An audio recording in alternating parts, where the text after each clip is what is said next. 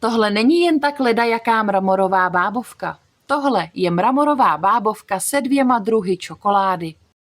Vajíčka si rozděl na žloutky a bílky. Z bílků vyšlehej tuhý sníh a se žloutky jdeme pracovat dál. Přidej k nim cukr a směs vyšlehej do husté světlé pěny.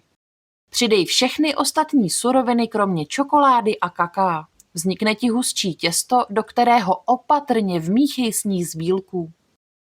Vzniklé těsto rozděl na 2 poloviny. Do jedné vmíchej kakao a hořkou čokoládu, do druhé bílou čokoládu a pořádně vše promíchej.